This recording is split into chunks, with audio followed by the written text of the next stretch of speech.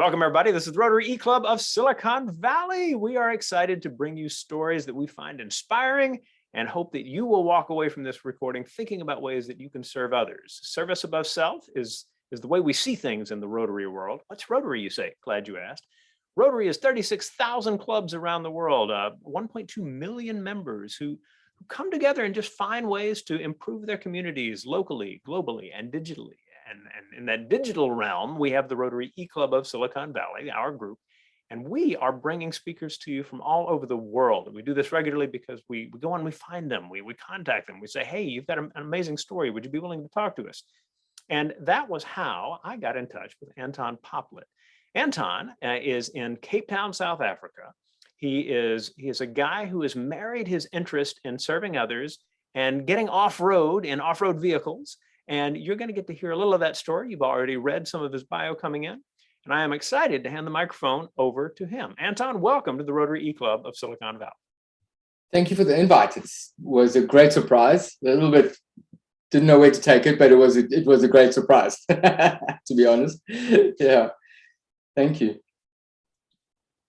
Let's go ahead and get our presentation started. I know you've got a little video that's going to start us off.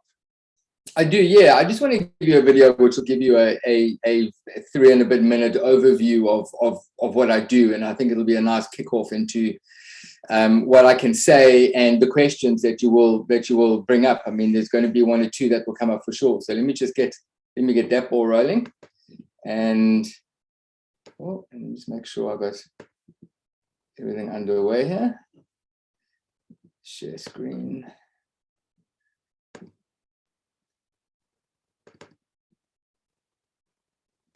Okay.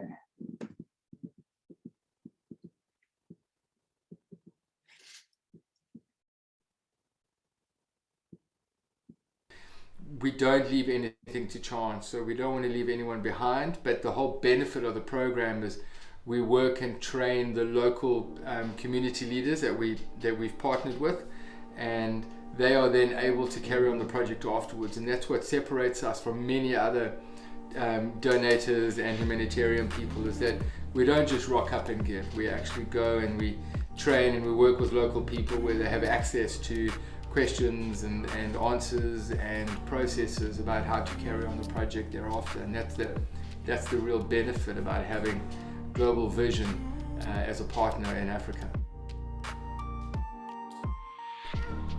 So we're completely rigged with what we have, our vehicles. I've got a Defender 110 Puma, it's a 2010 version. I've got iCamper on the roof. I've got fridges, I've got everything, but it doesn't matter when you've got animals like elephants and lions walking around wild. A lot of the areas we go to are school, rural areas, and that creates a challenge, not only for us, but for locals. Evening time specifically, we would camp, and if an elephant decides to walk past and bump the vehicle, that's just what it's going to do. During the day, we would often drive from a campsite to, or where we're staying, to a school, and we would pass elephants all the time.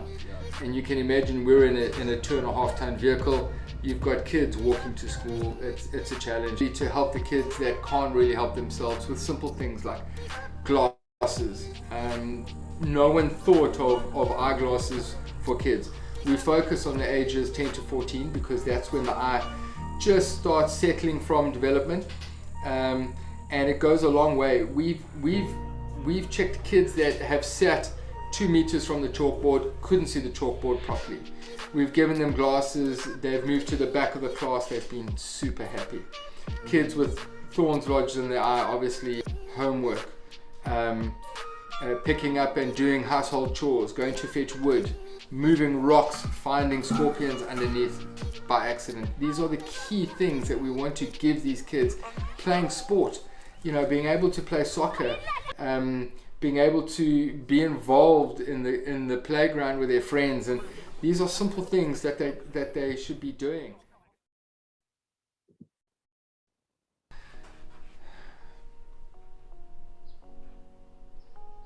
Mild autism.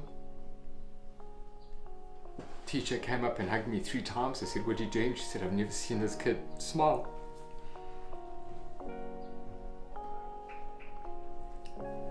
went to take a selfie. The teacher jumped in. I said, what are you doing? She goes, I want a photo. I've never seen it. I want to see this all the time. And this happens daily. This is not a once in a lifetime experience. These projects, this is what hits home daily. I've now not become immune to it. I'm emotional because it's just always there. But to be able to go out and do this and see these kids and just give them the opportunity and let them go out and have fun with this new life.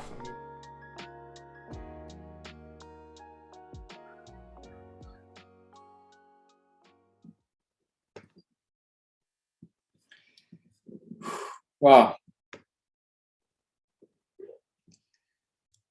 That packs a lot of punch, Anton. It's the memories are just it's just crazy. I'm trying to find where I get you. You're in the right place, yeah.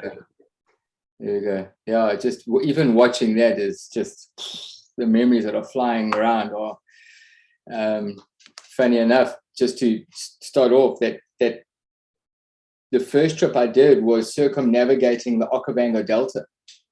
Started in a little town called Maun, western Botswana, and we went all around the Aquabango Delta, and we went over a pond. They were building a bridge, and there was about 4 or 5 years ago. The bridge still isn't open for some reason, and now they've asked me to come back and do another project. And I still remember every school, the trip to get there, nearly hitting 3 elephants.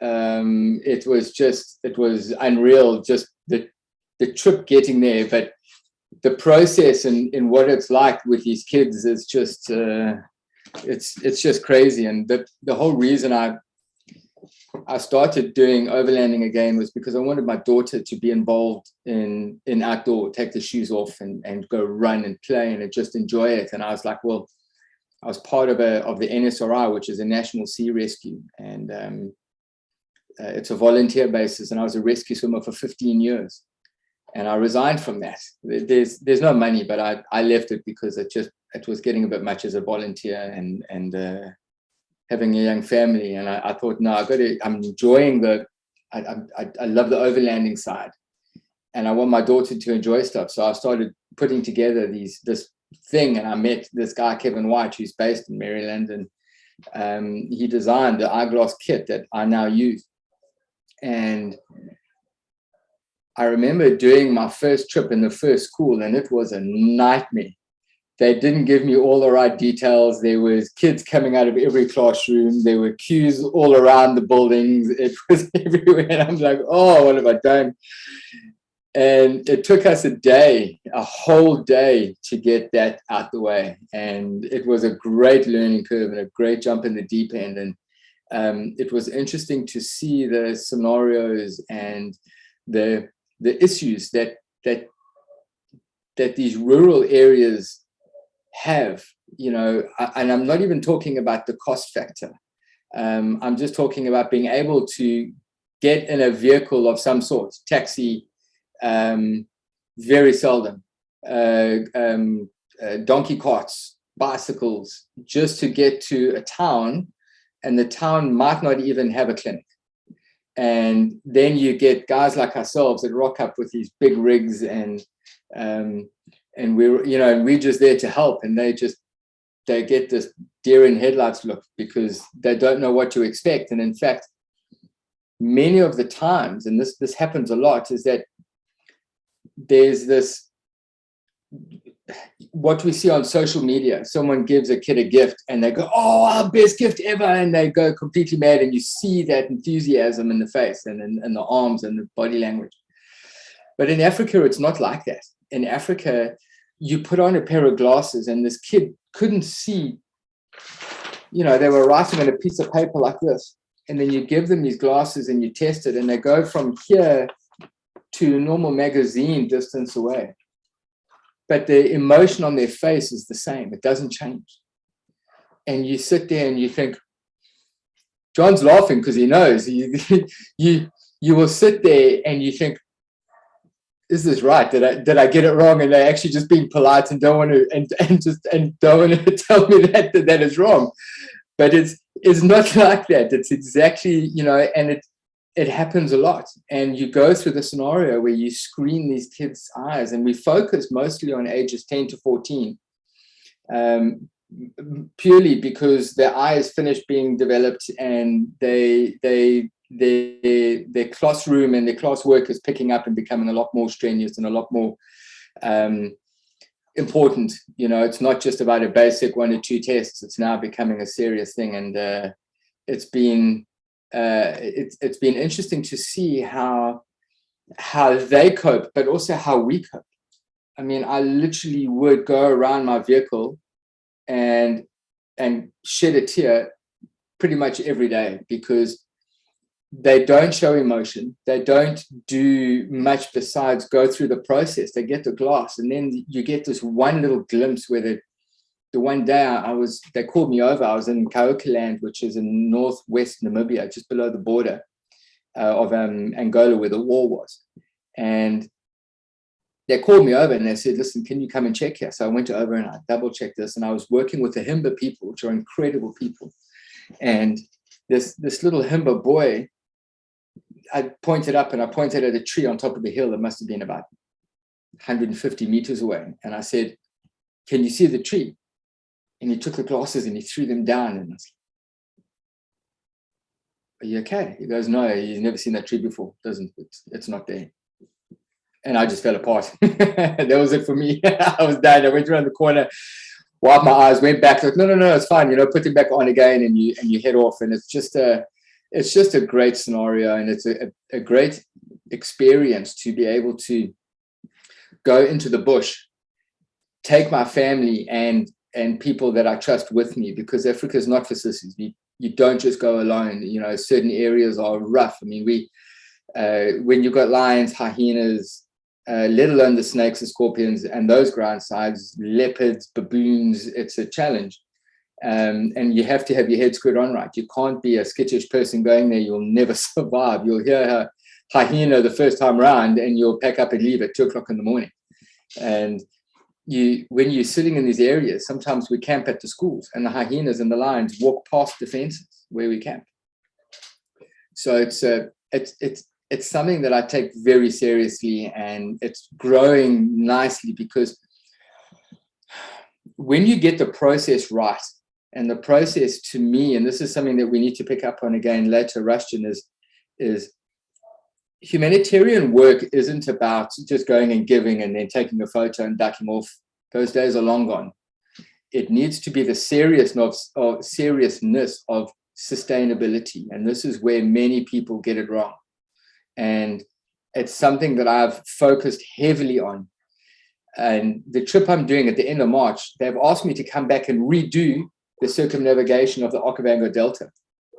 And I'm going to train the local community leaders that I work with, and we leave the eyeglass kit with them, which is incredibly important, because now they can carry on the project once we've left. Obviously funding plays a big role, but being able to go and do the eye screening and the process in giving back, you want them to be able to take ownership of it once we've left. And that has been long gone within Africa, unfortunately. And it's created a stigma of, we'll wait here until someone's going to come by and give it to me. And that needs to disappear. I've had stones thrown at my vehicle because we didn't stop and give the little Pekingese sweets. And it's a challenge, because it's now there's this expectation. And our vehicles cost us a lot of money. They belong to me personally. And to then go back to my insurance and say, okay, I've got stone chips and a cracked windshield because of, it costs money to go and do this type of thing. Anyway, I digress. Working with these local communities is amazing. And what we strive is complete sustainability. And getting to Maun, for example, that's the one town that I've done work in. That takes 2.5 days of about 12 to 13 hours driving a day. To get to Huangi took us about 3 days of driving through South Africa and through Botswana into Zimbabwe. Huangi is incredible and it's well looked after for conservation.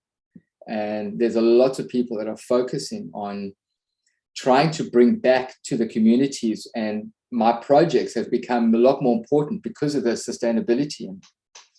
And no one thinks about eyes. You know, you think school books, food, all this type of thing. And it's not a big thing, although, you know, poor eyesight is one of the biggest global pandemics there is, you know, barring COVID, obviously. And it's amazing when you say, listen, eyesight, all of a sudden you just hear the teachers rock up and say, oh, but, you know, and I had a problem and they gave me glasses and these kids, and I've gone back to get stories and I've asked people to send me stories. And I'll read one now to you that came through to me, must have been about 2-3 weeks ago. And it was basically from a guy that was tested by the person or people that we trained in Zimbabwe, in Huangi. And it completely changed his scenario of being able to lecture for his and you know, those stories to me are gold, because that's a reference that will be there forever. And I think it's just creates a whole different scenario of expectation and what is required when going into Africa to do humanitarian work. And I think doing it properly is definitely gold. How am I doing on time? I can't see a clock, so I don't know if I'm hitting my quota here or boring anyone. You're going strong. I would say go with the story, and then let's start the Q&A. So let me read this quickly to you, and it'll give you a good scenario. Let me just pull it up quickly. So the story goes like this. Title: Thanks, Dominic. He's one of the gentlemen that I trained and worked with in Zimbabwe. Thanks, Anton. I got my eyesight. As a conservationist, I'm excited to benefit from 4x4 Eyesight program. I promote wildlife conservation in schools and communities in Victoria Falls, Zimbabwe area. Reading documents to impart knowledge on wildlife conservation has been a challenge. I was lucky to have my poor eyesight assessed and correct reading glasses prescribed and given through 4x4 Eyesight program. Now effective in imparting wildlife conservation knowledge to schools and communities. Dominic's training in this area of eyesight solving problems seems to be bearing fruits as more target groups continue to benefit. Thanks to founder Anton and the team for caring for our students and teachers in DEET area in the Painted Dog Conservation core operating areas. And that is, I mean, that's a reference that just can't go away. I just think that when I read this, I sat down and I just took a moment. I was like, I'm doing it right. I'm doing something that's making a difference. And to me, it was gold, and I really enjoyed that. But anyway, I thought I would just share that last note. And if anyone's got any questions, then, you know, I'm sure there will be some more stories coming out from your questions. But if there's something that anyone wants to bring up now, in the meantime, you're more than welcome to. Absolutely. Thank you so much. And first of all, for your time, we're excited to share your story. I want to introduce the folks that we have on the recording, and then we will dive into the questions. We've got a couple that have already kind of lined up for me over here. First, we have 8 of us who are members or friends of the club, and I want to just identify them. Wave at the camera if your camera is on. In Maryland, we've got John. In Arkansas, we've got Georgia. In British Columbia, we've got Nick. In California, we have Shags, Cal, Cecilia, and Raj, and myself. All right, so it is good to have the full group here, and we're excited to kind of jump into this. So if you would tell us a little bit more about the structure of what you do, and actually let's have Nick ask that question, because I think you've got a specific question in that realm.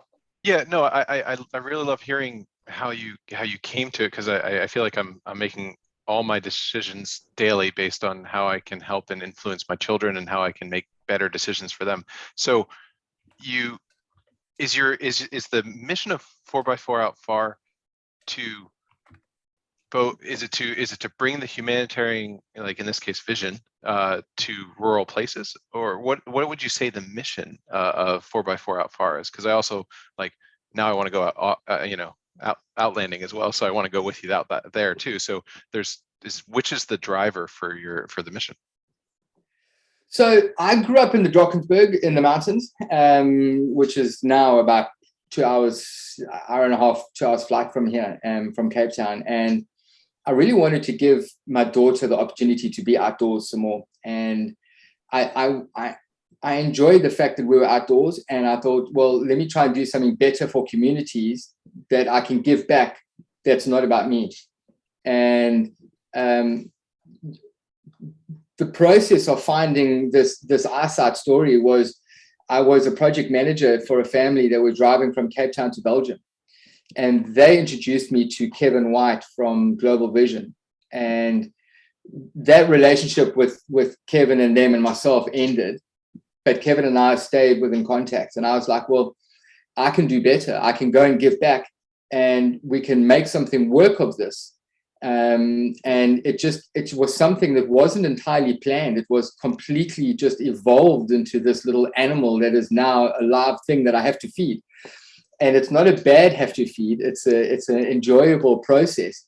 It takes a lot of energy, Nick. It's sometimes it takes about 6 to 8 months to plan the logistics of this. We must understand that although I'm going into, for example, the Maun area, they have massive rains in Angola. Those rains go down the delta, and it could completely flood everything, which means I can't go anywhere. So there's a lot that I have to process. And it's not like I'm just going to jump in my car. You know, like I said, it takes 2, maybe 3 days to get somewhere. And that's it's a great task to do. And once you've understood or understand what your capabilities are, not you, but collectively, my capabilities are, I know overlanding, I know my tires, I know my rooftop tent and what my vehicle can handle. I don't know if an elephant's going to run over my vehicle. I don't know if I'm going to have a burst turbo pipe, but I can plan as best as possible. And it just makes a great scenario when you've done everything you can and you end up going along the road and it works out, you know, and it never goes 100% according to plan, ever. We've driven through the Delta. I have some footage I can find. I didn't plan it on here, but where we were driving through the Aquabango Delta, and the vehicles handled really well. But then within half an hour, the rivers had started to rise, and we still had to head back. And the big scenario, for example, people think that just because you have a safari snorkel on the top of your vehicle that you can drive and wade through water. You can't. That's only for clean air. It's got nothing to do with water. So we were then starting to panic and go, we've got to get out of here, guys. And we got our tow lines out, getting ready to jump in the water if we had to. But you can't just jump in the water because there's crocodiles and hippos. In Africa, I don't know if anyone knows this, hippos are the biggest killer within Africa. So, you know, you don't just jump out your vehicle. I'm just going to, just hang on a second, guys, hold my beer. I'm just going to go and get out quickly and snap on a tow line, and we're going to get out of here. It's you have to have your head screwed on right. I don't know if that answered your question, Nick. I'm sorry. No, I think it does. And so when you're planning these trips, you're coordinating with Global Vision because they have a mission they want to accomplish, and you are the almost in between. You are the able body and knowledge expert to execute. Is that am I reading it right? Not entirely, no. These projects are entirely mine. It's completely my own baby. I use the Global Vision toolkit as the process in order to go and give it. So I've kind of taken the overlanding, camping, outdoor lifestyle, and I've put it together with the humanitarian side. And the Global Vision kit is very important because of what it gives back. And my relationship with Kevin is very, very strong. He trusts me impeccably, and he knows that what I'm going to put out there is good.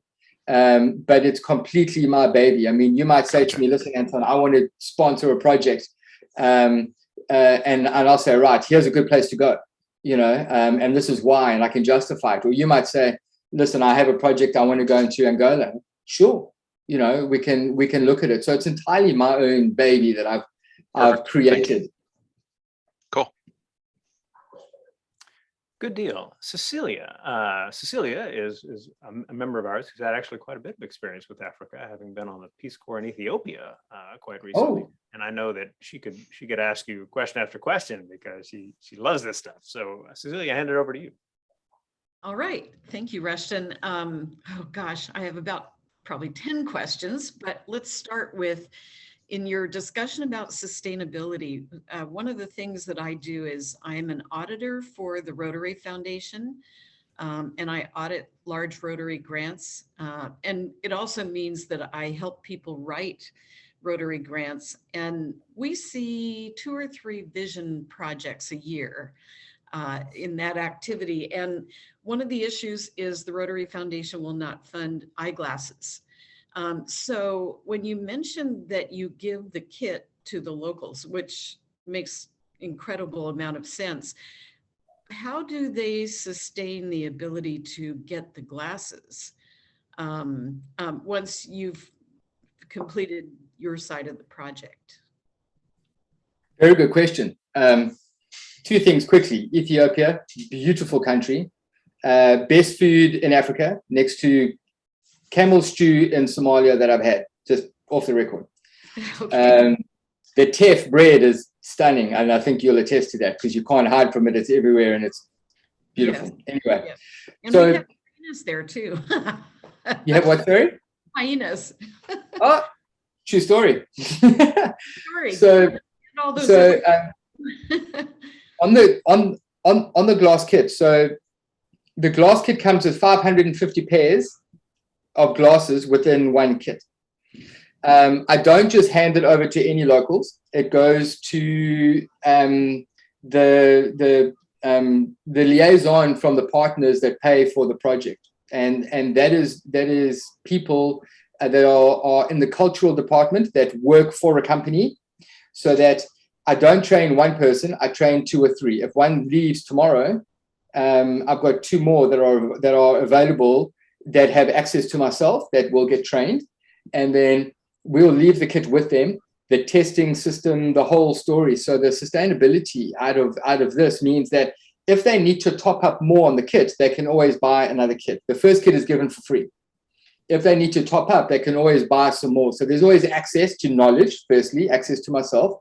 There's access to topping up or buying a new kit. So the sustainability is that we're working with the local cultural people that work in all the schools of all the different villages all around. So it's not just we'll just take a drive, we'll go and drop it off, train them for half a day, and then we'll duck. It's very, very, it's very detailed. I had an hour talk yesterday with Kim Nixon and Mo, who's his cultural guy, about working with the government more to use these projects as like a little pilot. And in fact, I've done projects for the Lady Khama Charitable Trust, the ex-president of Botswana, the Khama family, Seretse Khama, and they wanted me, and I did this actually, I planned to screen every school kid in Botswana, every school, over a 5-year program. And I made it completely 100% sustainable, accessible, and I made it in a way that it was, that if anyone had any problems or questions, there was a process behind being able to get the answer. And I found that's more gold than anything else, because many people will go and give, and then they just don't know where else to look in it. And then they start Googling, and then they go off on a pear shape because of Google only tells us, what they want us to see type of vibe. So your question is very, very valid. And this is why this kit is so important to me, is that it just makes a lot of sense that I'm able to use something that has access, and it has access globally. I mean, I run the whole of the Africa operations, and I mean, I work with people in Congo. We work with a guy that screens and gives glasses to people that have survived from the Ebola virus, and one of the byfactor from that is poor eyesight. So we work a lot. And in fact, Ethiopia, I don't know how or why, but Ethiopia and Nigeria are very big on eyesight. They're very big on programs from cataract surgeries, all these type of things. And I haven't been to Ethiopia, but I've had guys from there phone me saying, we want to buy the kit, we want to use it. And because it's sustainable, and I'll tell you something now quickly, actually, on the topic of sustainability, is that in Malawi, we have our kit used, and the government have actually opened up a whole clinic only using this kit.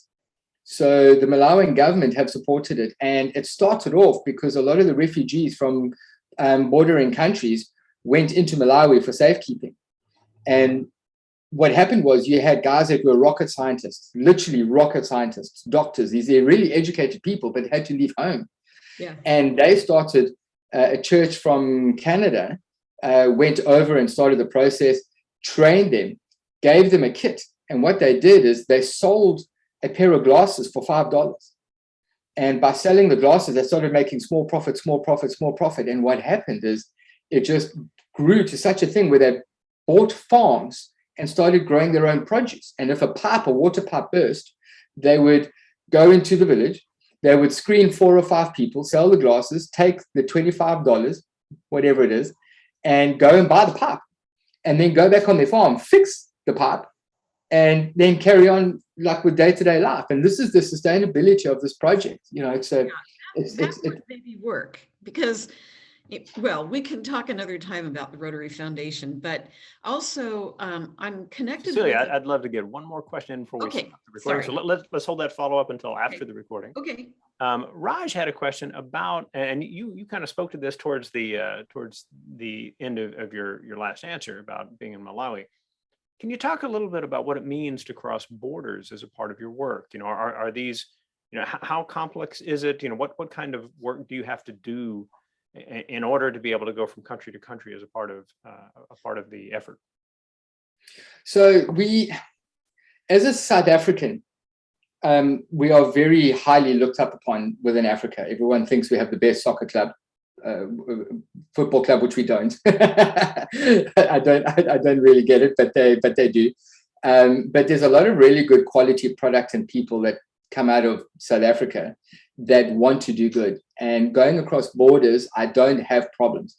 Funny enough, in my own country, I cannot do these projects in my own country. I will be arrested. The locals will have a complete party. They don't care what good we will do. They only go, are you certified? Do you, is this, where's all your paperwork? All of this type of stuff, it's a nightmare. I don't even look at it. I go across the border, they put their arm around me and they say, Anton, how do we make this work? So to answer the question, going across borders, very little problems. I've had a few problems on corruption, but to counteract corruption, you basically stand your ground. And, you know, when you talk too much, they catch you. When you stand there, and this happened, in fact, at the border crossing at Kazungula from Botswana into Zimbabwe, the guy said, I'll let you go through if you give me my lunch money, and then you won't have a problem. And I literally just sat back in my vehicle and I said, I don't have time for this. What do you want to do? With this look on my face. And the guy said, oh, no, okay, it's fine, you can go. So I literally started my vehicle and I drove off. So crossing borders is not really a problem. It's the normal paperwork that you have to deal with. But at the moment, because of COVID, the last 15 months, a year, it's been very easy. I mean, I crossed into Botswana. It took me 6 minutes. That's both border crossings. In fact, it took me longer to drive from South Africa over the border to the immigration in Botswana. So it's not very difficult to answer the question long and short. Sorry. All good. Well, we've got several more questions that we'll pick up following the recording, but I think we have run through our time. So I will pass it back to you for a final thought in just a moment. But for all of you who have joined us watching this recording, we hope that you have been inspired by the kind of interesting work that Anton and his team do. We hope that you will do two things for us as well. One is to let us know you were here. There's a place where you can say, I attended. And those of you who are visiting Rotarians, if you are looking to get a makeup covered for a miss at your own club, properly putting in your email address will make that happen. Additionally, towards the bottom, you'll see the Discuss, DISQUS forum, where we share ideas. This is one of the ways in an online asynchronous club we interact with each other, and we hope you will let us know what you thought of this program and any other of the items that are part of the content of this meeting. Anton, we always like to hand it back to the speaker for the final word, and I do so now. So what would you like everyone to walk away with clear in mind? If you're supporting projects anywhere around the world, ensure that there is sustainability. That is the way forward. Going and giving things doesn't help. Going and giving things that they can do more for themselves is gold. Keep that in mind, please. Great thought. Everyone, thank you for joining us. We will see you next week.